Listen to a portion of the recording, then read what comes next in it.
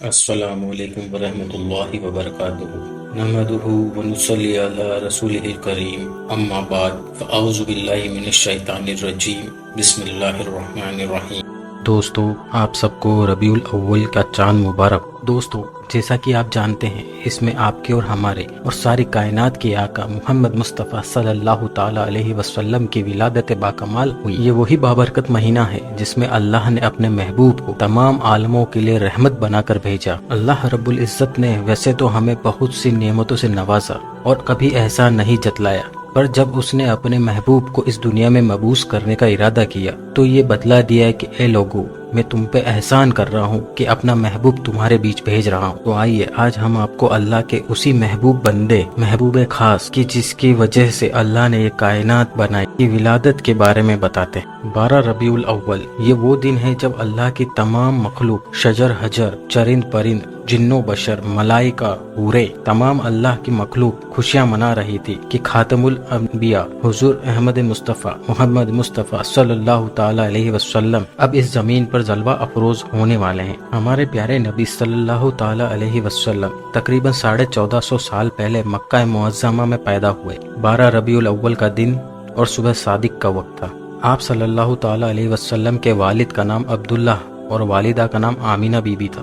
آپ کے دادا کا نام حضرت عبد المطلب تھا۔ آپ کا خاندان ہاشمی کہلاتا تھا اور آپ کی برادری قریش کہا جاتا تھا۔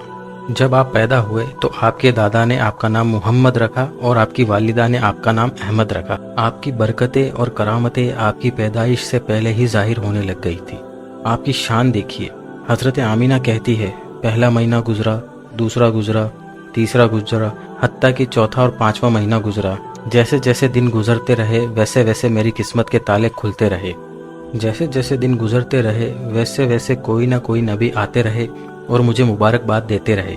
ایک دن حضرت عبد المطلب کعبے کا طواف کر رہے تھے تو کچھ سردار آئے اور کہا، عبد المطلب کعبے کے متولی ہو؟ کہا بے شک۔ خاندان قریش کے سردار بھی ہو؟ کہا بے شک۔ تو کہا بتاؤ، ہمارے یہاں دستور ہے کہ اگر کسی کا شوہر انتقال کر جائے تو 1 سال تک اس کی بیوہ سوگ مناتی ہے، تو بتاؤ آمینہ اپنے شوہر کا سوگ کیوں نہیں مناتی؟ وہ جب بھی نکلتی ہے تو ایسا عطر لگا کے نکلتی ہے جو عرب کے بڑے بڑے گھرانوں کے پاس بھی نہیں ہے۔ یہ سن کر حضرت عبد المطلب اپنے گھر پہنچے۔ آپ کی بیوی حضرت فاطمہ نے دیکھا کہ آپ کی گردن جھکی ہے تو آپ نے پوچھا، سرتاج کیا ہوا؟ تو حضرت عبد المطلب نے کہا کہ آج آمینہ کی وجہ سے مجھے شرمندہ ہونا پڑا۔ وہ بولے، جاؤ آمینہ سے پوچھو کہ اس نے میرے عبداللہ کا سوگ منانا کیوں چھوڑ دیا، وہ عطر لگا کے باہر کیوں جاتی ہے؟ تو وہ ہاتھ جوڑ کر بولی، سرتاج میری ہمت نہیں ہے کہ میں آمینہ سے پوچھوں، کیونکہ کچھ دن پہلے مجھے یہ خیال آیا تھا اور میں پوچھنے بھی گئی تھی۔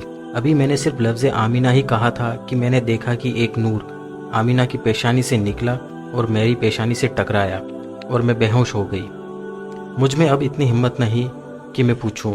تو انہوں نے کہا، میں مرد ہوں، میں کیسے پوچھوں؟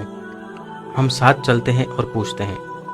نبی صلی اللہ تعالی علیہ وسلم کی والدہ نے جب دیکھا کہ سسر آ رہے ہیں تو وہ ادب سے کھڑی ہو گئی اور آپ کو سلام کیا۔ حضرت عبد المطلب نے کہا، فاطمہ آمینہ سے پوچھو اس نے میرے بیٹے کا سوگ منانا کیوں چھوڑ دیا۔ یہ سن کر حضرت آمینہ کی چیخ نکل گئی اور وہ رو کر کہنے لگی، میرا درد کون سمجھ سکتا ہے؟ جب سے عبداللہ گئے ہیں میری خوشیاں چلی گئی، میری دنیا اجڑ گئی۔ تو کہا، بیٹی اگر سوگ منا رہی ہو تو پھر خوشبو لگا کر کیوں نکلتی ہو؟ یہ سننا تھا۔ تو کہا، ابا یہ راز میرے سینے میں تھا، میں نہیں چاہتی تھی کہ یہ بتاؤں، پر اب آپ کی ناراضگی کے ڈر سے بتانا پڑ رہا ہے۔